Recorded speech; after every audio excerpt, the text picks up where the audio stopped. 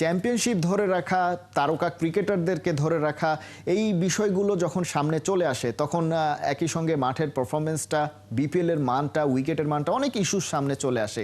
আলোচনা চলছে যে আগের কয়েকটা সিজনের চেয়ে এবারের বিপিএলটা ভিন্ন রূপ দেওয়ার চেষ্টা চলছে এবং বেশ কিছু আমরা বিষয়ও সামনে চলে আসছে দেখছি।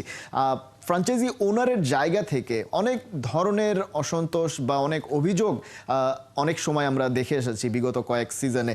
সেই জায়গা থেকে অ্যাজ এ ফ্র্যাঞ্চাইজি ওনার আগের সিজনগুলোর তুলনায় এবারের বিপিএলটার ভিন্ন কিছু আপনার চোখে পড়ছে কিনা? লট অফ থিংস আমি বলবো অনেক কিছু ভিন্ন এখানে রয়েছে। আমি একটা ছোট্ট উদাহরণ দিচ্ছি, যেমন আমি দেখলাম যে আমাদের কোটা, আমরা বাংলাদেশি কোটা আমাদের শেষ হয়ে গেছে। So I send a message to Farooq ভাই that we want to take one under 19 player থেকে একজনকে আমরা ড্রেসিং রুম শেয়ার করতে যাচ্ছি, আপনি যদি অ্যালাউ করেন।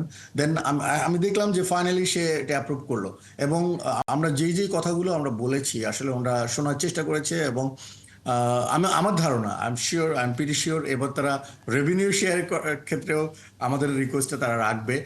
কারণ ক্রিকেটে উন্নয়ন করতে হলে ইনফ্রাস্ট্রাকচার দরকার, রেভিনিউ শেয়ার দরকার, এবং ভালো মানের ব্রডকাস্ট দরকার। এবং এই ব্রডকাস্ট করতে হলে আপনি ইন্টারন্যাশনাল বিডিং করে আপনাদেরকে মানে দেশের বাইরে আমাদের বিপিএলকে সরিয়ে দিতে হবে, যেটা আইপিএল করছে।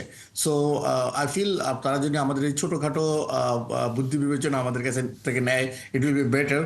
বাট আগের যে ইয়াটা ছিল, বোর্ড ছিল, তারা তো আমাদের সাথে কথাই বলে না। এখন তো ওনারা আমাদেরকে ডাকছে, আমাদের সাথে কথা বলছে, বিভিন্ন কনসার্ট হচ্ছে, সেখানে আমাদেরকে পরিচয় করে দিচ্ছে।